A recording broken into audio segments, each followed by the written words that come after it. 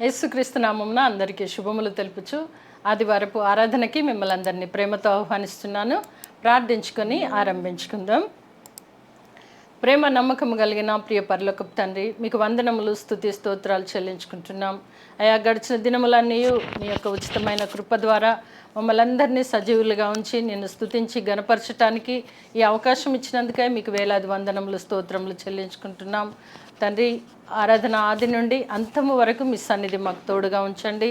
మీ వాక్కు ద్వారా మాట్లాడండి ప్రభా. మేము నిన్ను గణపరిచి స్తుతించి కీర్తించి కొనియాడే భాగ్యమును మాకు ఇచ్చారు కనుక ఆత్మతో సత్యముతో ఆరాధించి నిన్ను స్తుతించే కృపను కూడా మాకు అనుగ్రహించి ఆది నుండి అంతం వరకు మీ సన్నిధి మాకు తోడుగా ఉంచి మీరే మహిమ ఘనత ప్రభావాలు పొందుకొనుమని యేసు పరిశుద్ధ నామమున అడుగుచున్నాను పరమ తండ్రి, ఆమేన్.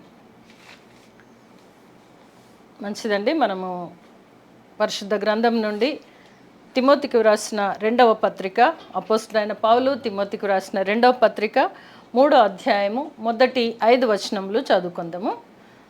తిమోతి పత్రిక 2వ తిమోతి పత్రిక 3వ అధ్యాయము మొదటి నుండి 5 వచనములు.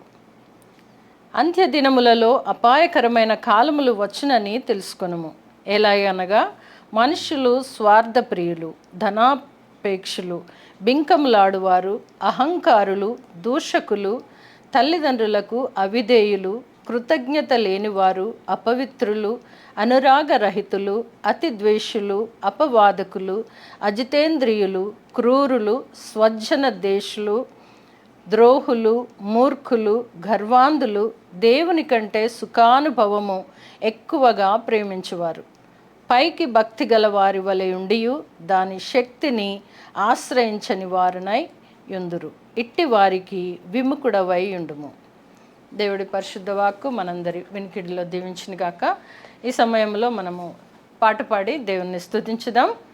మనందరికీ తెలిసినటువంటి పాట, ఆయనే నా సంగీతము బలమైన కోటయును అనే పాటను పాడుతూ దేవుణ్ణి స్తుతించుదాం.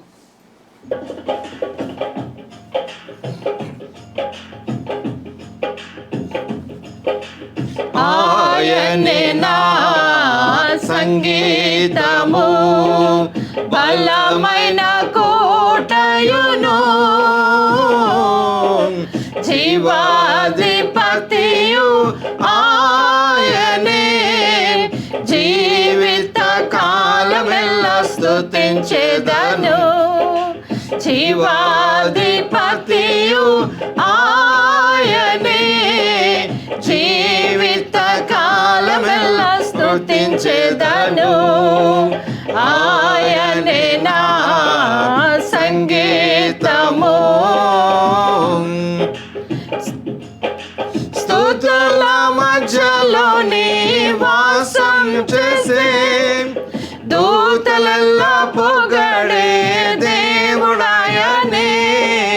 స్తుతుల మధ్యలో నివాసం చేసే, దూతలల్లా పొగడే దేవుడాయనే. వేడుచుండు భక్తుల మొరలు విని, వేడుచుండు భక్తుల స్వరము విని, దిక్కులేని పిల్లలకు దేవుడాయనే, దిక్కులేని పిల్లలకు దేవుడాయనే.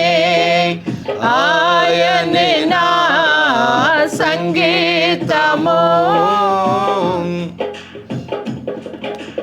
ఇద్దరు ముగ్గురు నా నామమున ఏకీభవించిన వారి మధ్యలోన, ఇద్దరు ముగ్గురు నా నామమున ఏకీభవించిన వారి మధ్యలోన ఉండేదనని నా మన దేవుని, ఉండేదనని నా మన దేవుని. కరములు తట్టి నిత్యం స్తుతించెదము, కరములు తట్టి నిత్యం స్తుతించెదము. ఆయనే నా సంగీతము. సృష్టికర్త క్రీస్తు యేసు నామమున జీవిత కాలమెల్లా స్తుతించెదను. సృష్టికర్త క్రీస్తు యేసు నామమున జీవిత కాలమెల్లా స్తుతించెదను. ప్రభు రాకడలో నిత్యముందును, ప్రభు రాకడలో నిత్యముందును. మ్రొక్కెదము స్తుతించెదం పొగడెదము, మ్రొక్కెదము స్తుతించెదం పొగడెదము. ఆయనే నా సంగీతము, బలమైన కోటయును, జీవాధిపతియు ఆయనే.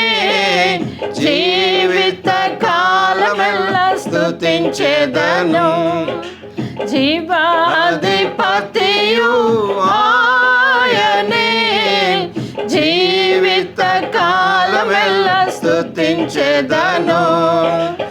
ఆయనే నా సంగీతము.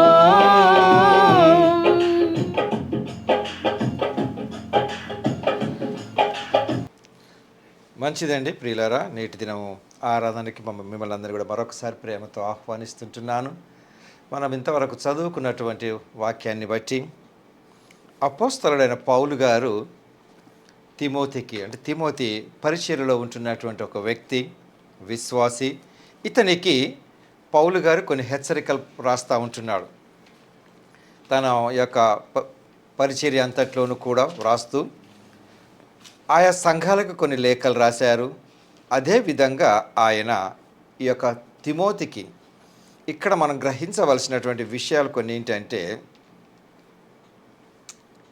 ఈ పత్రికలో ఇప్పుడు మనం చదువుకున్నటువంటి విషయాల్లో కనుక గమనించినట్లయితే 3వ అధ్యాయం పౌలు గారు తిమోతికి రాసిన 2వ పత్రిక 3వ అధ్యాయంలో ప్రత్యేకంగా 5వ వచనాన్ని కనుక మనం గమనించినట్లయితే, పైకి భక్తి గలవారే వలె ఉండియు దాని శక్తిని ఆశ్రయించని వారునై ఉందురు, ఇట్టి వారికి విముఖుడవై ఉండుము. ఏమంటున్నాడంటే, పైకి భక్తి గల వారి వలనే ఉంటారు, కానీ దేవుని శక్తిని ఆశ్రయించని వారునై ఉంటుంటారు. ఇక్కడ నువ్వు జాగ్రత్త పడవలసినటువంటి విషయాలు ఏంటంటే, అప్పుడప్పుడు కొద్దిమంది అంటే ఎదుటి వ్యక్తికి అగుపడే మనుషులు ఎలా ఉంటుంటారంటే చాలా భక్తి కలిగిన వారి వలె ఉంటున్నారని ఇక్కడ వాక్యం మనకు సెలవిస్తుంది. ఎలాగంట, పైకి భక్తి గల వారి వలె ఉందరు, కానీ దేవుని శక్తిని ఆశ్రయించని వారునై ఉంటారు. మరి నా యొక్క స్వభావాన్ని బట్టి, నేను పెరిగినటువంటి, నేను నేర్చుకున్నటువంటి విధానమును బట్టి, ఒకవేళ నేను ప్రతి వారిని కూడా భక్తి గల వారి వలన ఉంటున్నానేమో. కానీ ఇక్కడ ఇంకొక హైలైట్ చేయబడిన విషయం ఏంటంటే, దేవుడి శక్తిని ఎరుగని వారు. అంటే ఏంటండి, ఒకటే వ్యక్తికి 2 రకములైనటువంటి జీవిత విధానాన్ని పౌలు గారు మనకు బయటపెట్టినారు. ఒకటేంటి, పైకి భక్తి గల వారి వలె ఉంటారు, కానీ ఉండియు దాని శక్తిని ఆశ్రయించని వారునై ఉందురు. మీరు ఎవరిని విశ్వసిస్తుంటున్నారండి? సజీవుడైనటువంటి దేవుణ్ణి, ప్రభువైన యేసుక్రీస్తుని నేను విశ్వసిస్తుంటున్నాను చెప్తారు, కానీ ఆయన శక్తిని ఎరగని వారు. కాబట్టి అంతేగా అటువంటి వారికి నువ్వు విముఖుడవై ఉండు అనంటే, నువ్వు వాళ్ళని ఎందుకైనా మంచిది దూరం పెట్టడం మంచిదన్నమాట. అంటే చూడండి, సహవాసంలో అందరం కలిసి ఉంటున్నప్పటికీ, ప్రేమను పంచుకోవటంలో నేను ప్రేమిస్తూ ఉంటున్నప్పటికీ, నేను తీసుకోవాల్సిన తగు జాగ్రత్తలు నేను తీసుకోవాలి అన్నది హైలైట్. వీళ్ళు ఎలా ఉంటారండి అని కనుక చూసినట్లయితే, మొదటి వచనంలోనే మనకు ఆల్రెడీ చెప్పాడు పౌలు గారు, అంచె దినములలో అపాయకరమైన కాలములు వచ్చునని తెలుసుకోను. ఒకటి, ప్రమాదకరమైన కాలాలు వస్తాయి. కానీ ఇక్కడ అసలు యేసు ప్రభువుని నేను ఎందుకు అంగీకరించినానండి అని కొద్దిమంది అడిగినప్పుడు, ఒక్కొక్కరు ఒక్కొక్క రకంగా యేసయ్యను చూసి ఉంటారంటే ఆయన యొక్క శక్తిని, ఆయన ఉనికిని పొందుకొని ఉంటారు. నేను ఆదరణ కోల్పోయినప్పుడు వాక్యము ద్వారా నాకు ఆదరణ కలిగింది అని కొద్దిమంది ఉండొచ్చు. అనారోగ్యంతో బాధపడుతూ ఉంటున్నప్పుడు నేను బ్రతకనేమో అని అనుకునే పరిస్థితులలో కూడా ఆయన యొక్క వాక్యము ద్వారా, ఆయన ప్రేమ ద్వారా, ఆయన కృప ద్వారా, ఆయన కనికరమ ద్వారా నేను ఆరోగ్యం పొందుకున్నాను కాబట్టి నేను ఆయన యందు విశ్వసిస్తుంటున్నాను. లేదు, మరొకరు ఆయన లోక రక్షకుడు, పాప విమోచకుడు, నేను ఈ లోకాన్ని విడిచిపెట్టిన తర్వాత నిత్య రాజ్యంలో ఉంటాను కనుక ఆయన నేను విశ్వసిస్తుంటున్నాను. లేదు, నేను ఫలానాది అనుకున్నాను, ఆయన ద్వారా నాకు జరిగింది, ఏదో రకాలుగా అనుకున్నప్పటికీ కూడా నాకు శ్రమలు ఉండవు అని కాదు. కాబట్టి పౌలు గారు మరోసారి హెచ్చరిస్తున్నది ఏంటిదనంటే, విశ్వాసులుగా పిలువబడుతున్నటువంటి వారికి ఇది ఎప్పుడు రాసినారండి? 6 రోజులలో. అంటే యేసు ప్రభు ఆరోహణమై వెళ్ళి, అంటే పౌలు గారితో ఎన్కౌంటర్ అయిపోయిన తర్వాత, ఆయన వెళ్ళిపోయిన తర్వాత ఏం జరిగింది? తర్వాత పౌలు గారు ఆ క్రీస్తుని ప్రకటిస్తూ వస్తూ ఉంటున్నప్పుడు మళ్ళీ ఆయన ఏంటిదంటే, నేను తిరిగి వస్తానని యేసు ప్రభు చెప్పాడు కదా ఆరోహణం పోయే ముందు.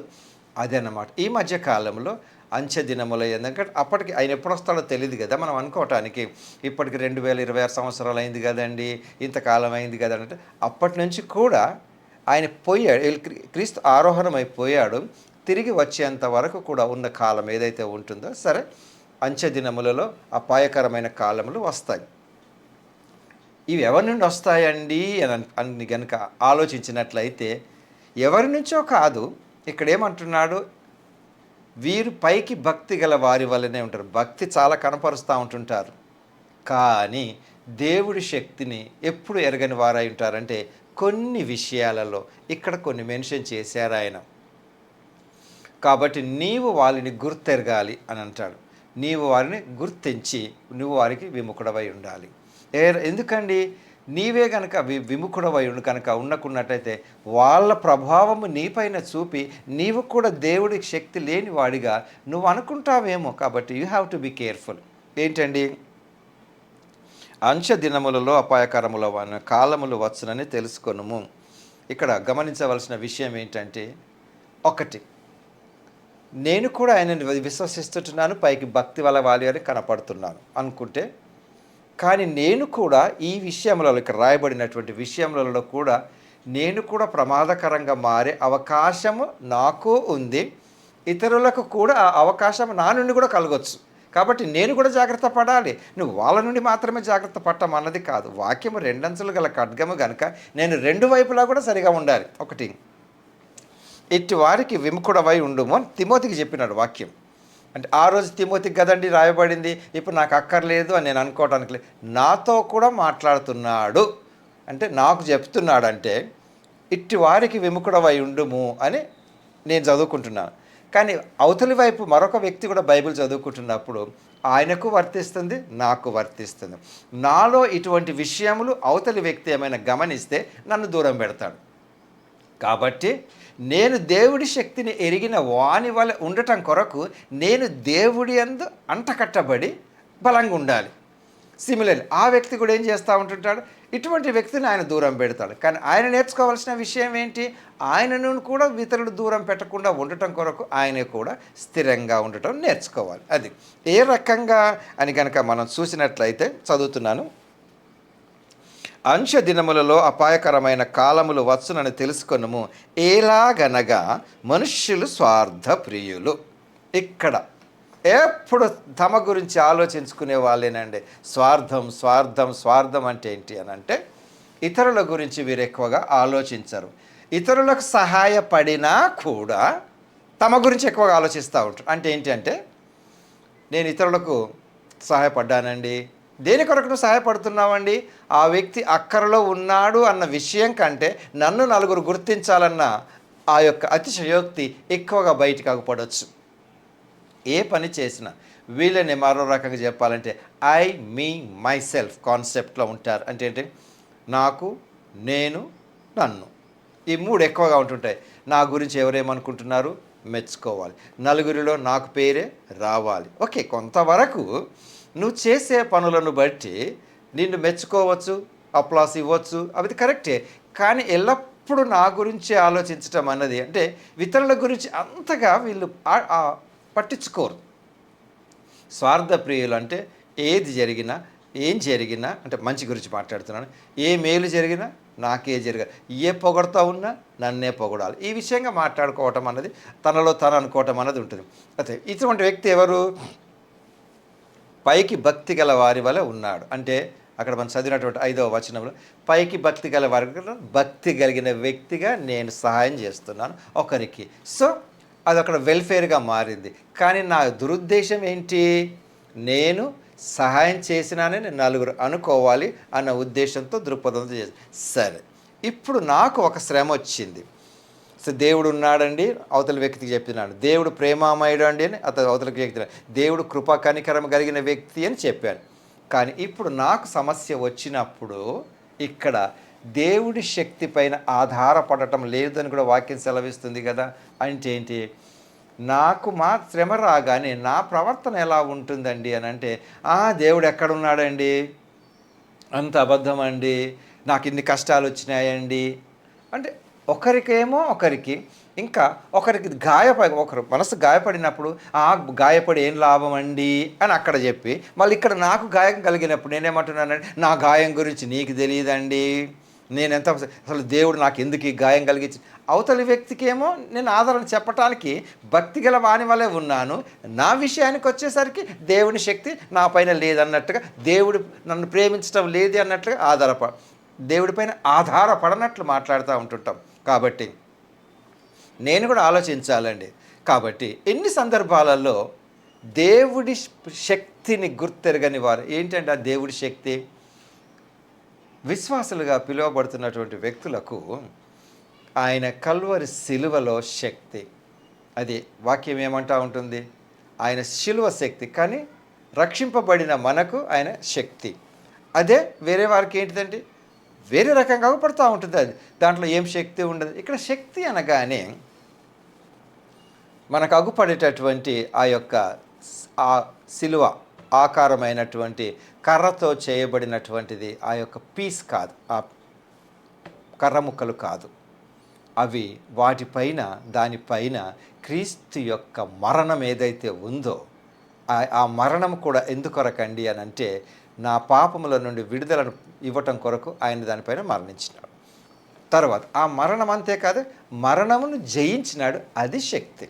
ఆ పునరుద్ధాన శక్తి ఏదైతే ఉందో అంటే నా జీవిత విధానం ఎలా ఇతరులకు అగుపడుతుంది అని అంటే, పైకి మాటల వలె కాకుండా ఏమండి, పైకి మాటలు కాదు, ఆ యొక్క పరిస్థితిని ఎదుర్కొనటానికి ఆ ఒరిజినల్ శక్తి. కొద్దిమంది చాలా వరకు అంటే ఎటువంటి సమస్య లేనప్పుడు చక్కగానే మాట్లాడుతూ ఉంటుంటారు. ఒక వ్యక్తి యొక్క నిజ జీవితము అంటే అతను దేవుడి ఎంత స్థిరంగా ఉన్నాడన్నది సమస్యలలో దేవుడి పైన నేను ఎంత ఆధారపడుతున్నాను అన్నది తెలుస్తుందండి. అంతేకాదు, కొన్ని సందర్భాలలో పరిస్థితులలో అసలు నేనేమీ చేయలేను అనే పరిస్థితులలో కూడా దేవుడిని నిందించే వాళ్ళు ఉంటారండి. నీకు ఏముందండి, ఇదంతా దైవ నిర్ణయం అని. అది కాదు. దైవ నిర్ణయం అని అనుకున్నప్పటికీ సరే, ప్రతిదీ దేవుడి యొక్క చిత్త ప్రకారం జరుగుతున్నప్పటికీ జాగ్రత్త పడవలసినవి నేను జాగ్రత్త పడకుండగా, ఇది కూడా చూడండి, నేను చేస్తున్నటువంటి పని ఇదంతా కూడా నేను ముందు ఒకప్పుడు స్టార్ట్ చేయకముందు ఏమని అంటాను, ఇదంతా దేవుడు నాకు కనపరుస్తున్నాడండి, దేవుడి ప్రణాళిక అని చెప్పొచ్చు. ఓకే, కానీ అది ఒకవేళ వర్కౌట్ అవ్వనప్పుడు వెంటనే మళ్ళీ నేను నా మాట మార్చేయమంటున్నాను, మళ్ళీ దేవుడి శక్తి ఇందులో లేనట్టుగా ఇదంతా దేవుడి చిత్తమేనండి, కానీ ఇలా జరిగిందండి. ఇక నా స్వభావం ఏ రకంగా ఉంటుందంటే, నేను మాట్లాడే మాట స్వార్థపూరితంగా ఉంటుందా, ఎలా ఉంటుందన్న విషయాన్ని నేను ఆలోచించుకోవాలి. కాబట్టి ఫ్రెండ్స్, ఇటువంటి వ్యక్తుల్ని నువ్వు ఏమంటున్నాడు 5వ వచనంలో, పైకి భక్తి గల వారి ఉండి దాని శక్తిని ఆశ్రయించని వారినై ఉందురు, ఇచ్చి వారికి విముఖుడవై ఉండుము. రైట్. పాపభరితులై నానా విధములైన దురాశల వలన నడిపించబడి ఎల్లప్పుడూ నేర్చుకొనుచున్నను సత్యమైన విషయమైన అనుభవ జ్ఞానం ఎప్పుడును పొందలేని అవివేకుల స్త్రీల యొక్క ఇండ్లలో చొచ్చి వారిని చెరపట్టుకొని పోవారు వీరిలో చేరిన వారు. అంటే వీరి గురించి వివరిస్తూ ఉంటున్నాడు. అంటే దేవుడి వాక్యంలో ఉన్నట్టుగానే ఉంటుంటారు. అంటే ఎల్లప్పటికీ కూడా నేను బెనిఫిట్ పొందుకోవాలి అన్న విషయాల గురించి మాట్లాడుతూ ఉంటున్నాడు. కాబట్టి ఫ్రెండ్స్, స్వార్థపరులు కాబట్టి ఒక్కొక్కసారి కొన్ని సందర్భాలలో మనం కూడా మన జీవితంలో కూడా ఇటువంటి వ్యక్తులు ఎదురయ్యే అవకాశాలు లేకపోలేదు. కాబట్టి అప్పుడు చేయవలసినటువంటి పని ఏంటంటే అటువంటి వ్యక్తుల్ని నువ్వు గుర్తించి నువ్వు వారిని దూరం పెట్టడం అనేది నేర్చుకోవాలి. తర్వాత కొలస్సీలకు రాసినటువంటి పత్రికలో పౌలు గారు ఇప్పుడు ఇక్కడ ఏం మాట్లాడినా మనం ఇక్కడ ఏం చదువుకున్నామండి, పైకి భక్తి గల వారి వలె ఉంటారు. అంటే భక్తి గల వారు ఎవరుండి, ఈయనను అంగీకరించిన వారు భక్తి కలిగిన వారి వలన ఉంటారు. సో అటువంటి వాళ్ళతో నువ్వు జాగ్రత్తగా ఉండు. అందులో నేను మాట్లాడింది ఒక్క విషయం గురించే, స్వార్థ ప్రియులు. తర్వాత ఇప్పుడు ఇదే పౌలు గారు కొలస్సీ సంఘానికి జ్ఞాపకం చేస్తున్నాడు. కొలస్సీలకు రాసిన పత్రిక 2వ అధ్యాయం 6వ వచనం. కావున మీరు ప్రభువైన యేసుక్రీస్తును అంగీకరించిన విధముగా ఆయన యందు వేరు పారిన వారై ఇంటి వలె కట్టబడుచు. అంటే ఒక వృక్షం లేదా మొక్క వేరు భూమిలోనికి ఎంత లోతుగా దిగితే పైన అంత బలంగా ఉంటుందండి, అగుపడుతుంది. మనకు పైకి అగుపడేటటువంటి చెట్లు, వృక్షాలు, మొక్కలు ఏవైతే ఉంటుంటావో అవి అరణ్యాలలో పెద్ద అరణ్యాలంటే పెద్ద అడవులనేం కాదు, మనకు రోడ్డు వెంట వెళ్తున్న పెద్ద వృక్షాలు కనపడతా ఉంటుంటాయి. మర్రి చెట్టు అనండి, వేప చెట్టు అనండి, అలాంటివి ఏమైనా ఉండేవి. వాటికి బయట ఎంతగా పొడవైనవిగా బలంగా అగుపడతాయో ఆ బలము నేలలో నుండి అంతగా వేర్లు కిందకు ఉంటాయి. అదే మనకు ఇండోర్ ప్లాంట్స్ అంటూ ఉంటుంటాం, చిన్న చిన్న మొక్కలు ఇళ్ళలో పెట్టుకుంటూ ఉంటుంటాం. వాటి ఈ వేరు ఎంతవరకు వెళ్తుందండి, బాటిల్స్ చిన్న పాట్స్లోనే కదా, ఆ వేరును బయట పైన వృక్షం సైజు ఉంటుంది. ఇప్పుడు పౌలు గారు మళ్ళీ జ్ఞాపకం చేస్తున్నారు, కావున మీరు క్రీస్తేసును అంగీకరించిన విధముగా. రైట్ అండి, ఏమంటున్నాడండి, కావున మీరు క్రీస్తేసును అంగీకరించిన విధముగా ఆయన యందు వేరు పారిన వారే. ఇక్కడ 3 పదములు ఒకటేసారి కలిపి రాశారు ఒక సెంటెన్స్లో. ఆయన యందు వేరు పారిన వారే అంటే ఆయనను, ఇక్కడ మామూలుగా వేరు దేంట్లో ఉంటుంది, భూమిలో ఉంటుంది. వేరు నుంచి బయటకు అగుపడేది ఏంటిది, వృక్షము, మొక్కలు, చెట్టు, ఎనీథింగ్. ఇప్పుడు ఆ మొక్కలు ఎవరండి, మనం, నేను, నువ్వు. క్రీస్తులో భూమి, అందులో నుంచి నేను సారం తీసుకోవాలి అన్నది. క్రీస్తులో నుంచి నేను సారం తీసుకోవటానికి ఏంటండి, నేను ఎక్కడి నుంచి తీసుకుంటుంటున్నాను చూడండి. విద్య ఒక జ్ఞానాన్ని ఇస్తుంది. ఏంటి ఆ జ్ఞానము, మేబీ డిఫరెంట్ సబ్జెక్టులు డిఫరెంట్ వాళ్ళు చదువుకుంటుంటారు. Up to 10th class okay కామన్గా ఉంటాము. తర్వాత +2లో సబ్జెక్ట్స్ మారిపోతాయి, డిగ్రీలో మళ్ళీ మారిపోతాయి, తర్వాత మాస్టర్స్లో ఇంకా, తర్వాత PhD ఒక పర్టిక్యులర్ సబ్జెక్ట్ మీదనే ఉంటుంది కదా. ఆ రకంగా క్రీస్తేసులో నీవు వేరు పారిన వారవైతే క్షుణ్ణంగా వాక్యాన్ని గ్రహించగలవు, అన్వయించుకోగలవు, ఇతరులలో కూడా నువ్వు గుర్తించగలవు. అది ఇక్కడ ఏమంటున్నాడు, క్రీస్తేసునందు వేరు పారిన వారై. ఇప్పుడు ఇక్కడ డైరెక్ట్గా పౌలు గారు అనేస్తున్నారు, మీకు తెలుసు అవన్నీ. కాబట్టి వాక్యం వింటున్నటువంటి సోదరులారా, ఇక్కడ మనం చలించకుండా ఉండటం కొరకు పౌలు గారు అనేకమైనటువంటి విషయాల్ని మనకు జ్ఞాపకం చేస్తున్నారు. ఇక్కడికి ఒకటి ఏమైందన్నానని, క్రీస్తును భూమిగా పోల్చాడు, మనలను ఆయన యందు వేరుపారిని బయటికి అగుపడే నా జీవితం. ఇప్పుడు దీన్ని ఒకవేళ కంపారిజన్ కనుక చేసినట్లయితే, నేను క్రీస్తులో వేరు పారినాను, నా వృక్షం బాగుంది. కానీ గాలి వచ్చినప్పుడు నేను పడిపోకూడదు. ఏమండి, వరద వచ్చినప్పుడు నేను పడిపోకూడదు. ఎందుకని, నా వేరు భూమిలో స్థిరంగా ఉంది. ఇక్కడ వీలు మాదిరిగానే వేరు లేకపోతే వృక్షం పడిపోతుంది. అదే రకంగా కానీ అక్కడ బయటికి లాగపడుతున్నారు, భక్తి గల వారి వల్లే ఉన్నారు. కానీ ఆయన శక్తి నెరగని వారంటే వారు క్రీస్తు యేసులో వాక్యములో దిట్టగా ఉన్న వారు కారు. కాబట్టి నేను గుర్తించాలి, నన్ను నేను కూడా పరీక్షించుకోవాలి. కేవలం ఇతరుల గురించే కాదు, నేను కూడా ఎంతవరకు ఉన్నాను అన్నది పరీక్షించుకోవాలి. సమస్యలు వచ్చినప్పుడు నేను ఎలా ప్రవర్తిస్తున్నాను. ఇంకా ఇంటి వల్ల కట్టబడుచు అంటే అక్కడ కామా ఉందండి. ఇంటి వల్ల కట్టబడుచు అని అంటే వీళ్ళు డైరెక్ట్గా టక్కుమని అనగానే అదేం అవ్వదు. సో ఫస్ట్ పునాది, భూమిని తవ్వి అందులో గట్టి రాళ్లతో ఫౌండేషన్, అలా జరిగింది. దాని తర్వాత ఒక పైన ఇటుకలతో ఇల్లు కట్టడం జరుగుతుంది, లేదా పిల్లర్స్. స్లోలీ అంచెలంచెలుగా ఆయా గదులు, తర్వాత ఫినిషింగ్ ఏమండి, ఫస్ట్ భూమి తవ్వినప్పుడు ఫౌండేషన్ కొరకు సైజును పట్టి చేస్తాము. రాళ్ళు చూడటానికి అంత నీట్గా ఉండవై, వాటిని పునాదిలో దింపుతాము.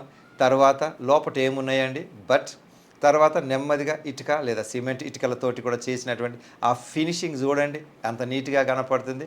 అది సడన్గా రాదు కదా, కొంత టైం తీసుకుంటుంది. దాన్ని క్యూరింగ్ అని అవన్నీ చేసిన తర్వాత వైట్ వాష్ చేసి ఎలక్ట్రిఫికేషన్ చేసి ఇవన్నీ చేసుకున్న తర్వాతనే మనకు ఇల్లు కట్టబడుతుంది కదా. ఇక్కడ ఏమంటున్నాడు, ఆయన యందు వేరు ఇంటి వల్ల కట్టబడుచు మీరు నేర్చుకొనిన ప్రకారము విశ్వాసమందు స్థిరపరచబడుచు అంటున్నాడు. సో నేను విశ్వాసంలో ఎంత స్థిరంగా ఉన్నానన్న విషయాన్ని నేను జ్ఞాపకం చేసుకోవాలి. కాబట్టి ఫ్రెండ్స్, వాక్యం వింటున్నటువంటి మనం అందరము కూడా తీసుకోవాల్సిన జాగ్రత్తలు ఏంటంటే, చూడండి, దేవుడికి అసాధ్యమైంది ఏది లేదు. కానీ అలాగని చెప్పి నా సోమరితనాన్ని, నా నిస్సహాయ స్థితిని ఆయనను దూషింపబడినదిగా ఉండకూడదు, ఆయనను కష్టపెట్టేదిగా ఉండకూడదు. దేవుడి యొక్క శక్తిని గుర్తించిన వారమై తగు జాగ్రత్తలు తీసుకుంటూ ఎవరితో నేను ఎలా జాగ్రత్తగా ఉండాలి అని మోసపోకుండా ఉండటం నేర్చుకోవాలి. మోసపోయిన తర్వాత తిరిగి మళ్ళీ ఇదంతా దేవుడి చిత్తమైన అని దేవుడిని నిందించడం కంటే జాగ్రత్తగా ఉండటం నేర్చుకోవాలి. అంతేకాదండి, వింటున్నటువంటి వాక్యం ద్వారా మనం బలపడుతూ ఇతరులకు కూడా ఆదరణ కలిగించే వారిగా, ఇతరులకు కూడా ఆశీర్వాదకరంగా ఉండాలి. అందుకే ఈ సజీవుడైనటువంటి యేసు ప్రభువును మనం ఆరాధిస్తూ ఆయన యందు వేరుపారిన వారమై ఇంకా బలంగా ఉండే కృప దేవుడు మనకు అనుగ్రహించినట్లు ప్రార్థన చేసుకుందాం. ప్రేమ కనికరం కలిగిన ప్రియ పరలోకపు తండ్రి, ఇంతవరకు మీరు మాతో మాట్లాడిన విధానమును బట్టి వందనములు. ప్రభువా, మేము కూడా ఎవరితో జాగ్రత్తగా ఉండాలి, ఎవరితో మాట సరిగైన రీతిలో ఉండాలి, ఎవరిని ఎలా గుర్తించాలన్న విషయాన్ని మాకు నేర్పించండి. అదే రకంగా మేము కూడా తీసుకోవాల్సిన జాగ్రత్తలు తీసుకుంటూ మీ అందు వేరుపారిన వారమై కట్టబడేటకు కృప చూపించమని యేసు నామములో వేడుకుంటున్నాను తండ్రి. ఆమెన్. మంచిదండి. తిరిగి కలుసుకున్న పర్యంతం ప్రభు కృప మనకు తోడైండును గాక. ఆమెన్.